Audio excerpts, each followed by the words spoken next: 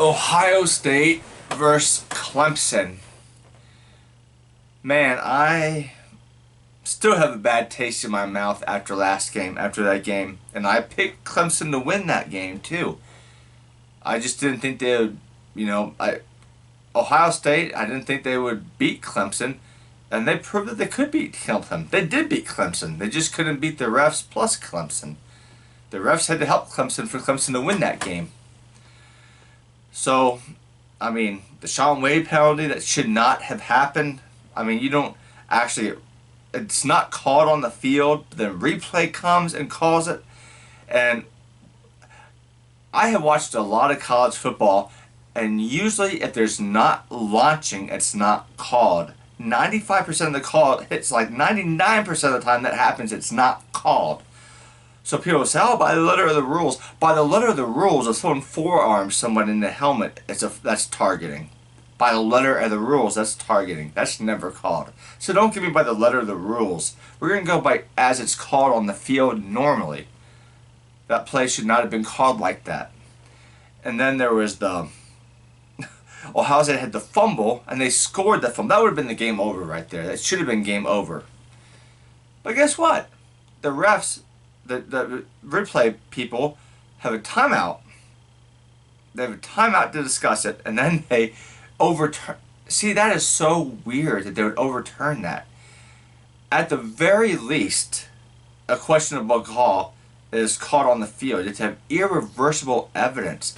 And irreversible evidence from the experts, most of the experts say that if that wasn't ruled a scoop and score, that should have been changed to a scoop and score. So that's how powerful the evidence was that Ohio State got, that they got cheated that play. And then the roughing the passer, no, if you watch the replay of that, the same play that we supposedly roughed the punter, on the same play that Ohio State supposedly roughed the punter, you'll see when Ohio State catches the ball, there's a Clemson player that grabs an Ohio State guy by the face mask and twirls him down. That's a 15-yard penalty right there. They should have offset. But that punter, he went into the Buckeye. That shouldn't have been called anyway. Or maybe 5-yard penalty, but a 15-yard? No, and that was a Clemson touchdown drive too. So just those three plays kept Clemson in the game when they shouldn't have been. And one play stopped Ohio State touchdown that should have been. And that's one took Wade out and stopped that drive. And that later was a touchdown, and the punt was a touchdown. So that was also, and Ohio State still, with those three 21-point difference, they had a chance to win the game at the end. That is how much better of a team they were. But you know what? I'm not that burdened about that game because I don't think Ohio State would have defeated LSU. LSU was the best team last year. Now, if I was the Cincinnati Bengals, I might surprise you. I would have traded the first round pick. I would have traded with the Dolphins and tried to get more picks and got their pick, and then I would have went after Tua at 5. Because I think they could have really pulled a gangster move. They could have got picks and Tua. I'd rather have more picks plus Tua than waste the pick on Burrow. Now, my reasoning for this is this. Out of all the quarterback drafts out of all the quarterbacks that go to the NFL, who actually turns into something really good? Not that many. The percent is small. Joe Burrow might have a 10% better chance than Tua.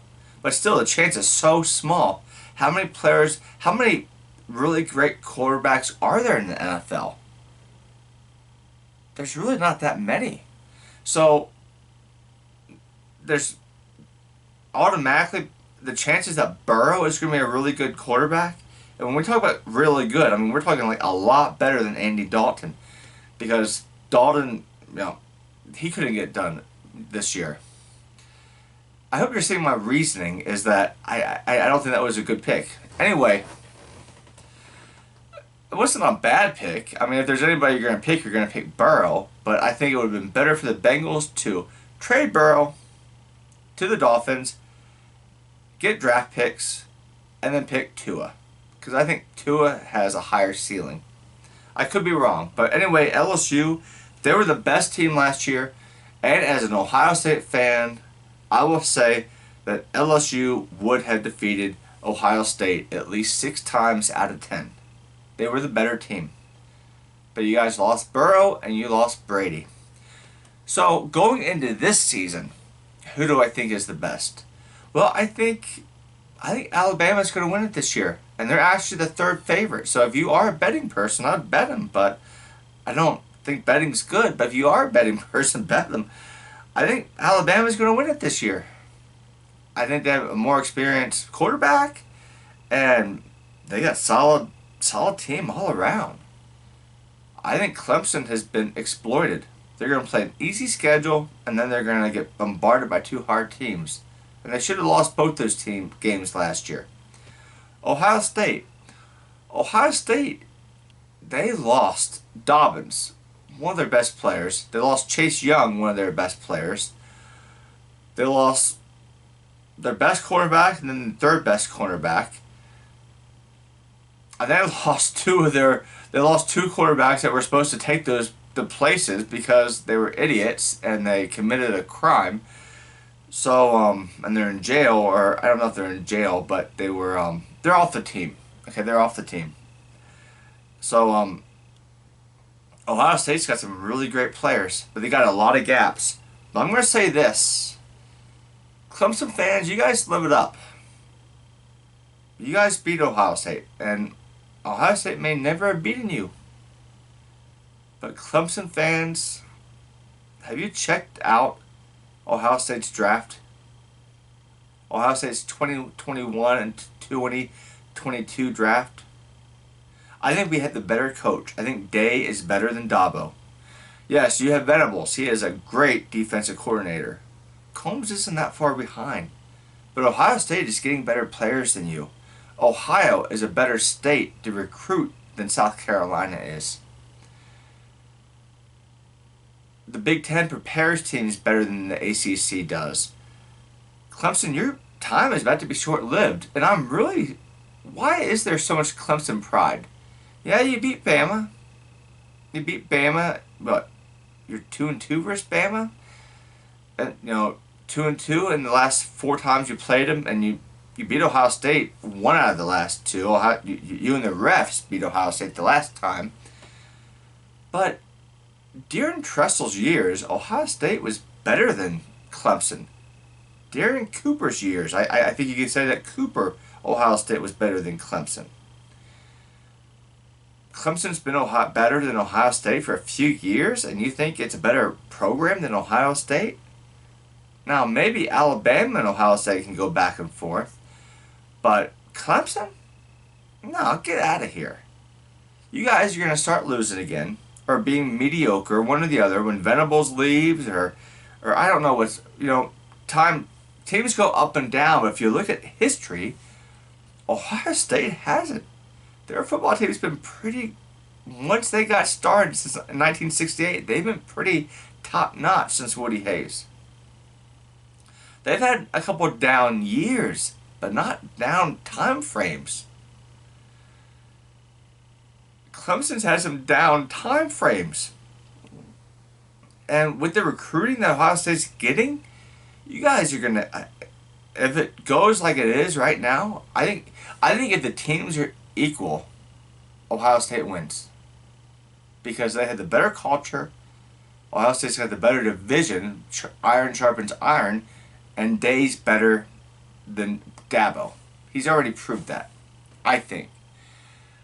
Now, I believe that Clemson does a lot of, their recruiting methods aren't really good. But I'm not going to get into that now. So, I think the Clemson Tiger, I think that they're going to be humbling.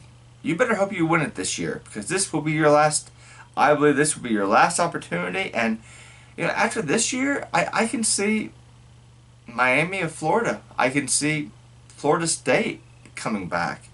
But the thing is, Ohio State is usually always in the running for a top team. Clemson's not. So what's all this trash talk with Clemson? You guys and the refs beat Ohio State the last time. And the next time you guys play, this year you might beat Ohio State. Ohio State was gutted in the draft. But after that, after Lawrence and Fields both go, and we had the players left, Ohio State has got the best receiving core coming in. I mean, they're crazy. They have crazy freshmen that are coming in the next couple of years. So, as long as the quarterback is above average, this could be Ohio State's time. But, I'm never going to count out Bama. I don't like Bama, but Bama is a team to respect. And speaking of the SEC, I'd like to ask this. I'm an Ohio State fan. If there was a team better than Ohio State, I would be all over my team to get to that level and beat them. If Penn State ended up being better than Ohio State, I'd be all over Ohio State to get better. Like when Ohio State couldn't beat Michigan, now we're obsessed with beating Michigan. SEC. Yeah, LSU wins sometimes, once in a while. Auburn wins once in a while. But what's the deal with you guys letting Bama run all over you guys? What's the deal with that SEC? Why do you let Bama run you over? If you take Bama out of the SEC, you guys aren't the best conference. Are you kidding me? So anyway, made this video. Went in a couple different directions I wasn't expecting to go. But anyway, take care. God bless you.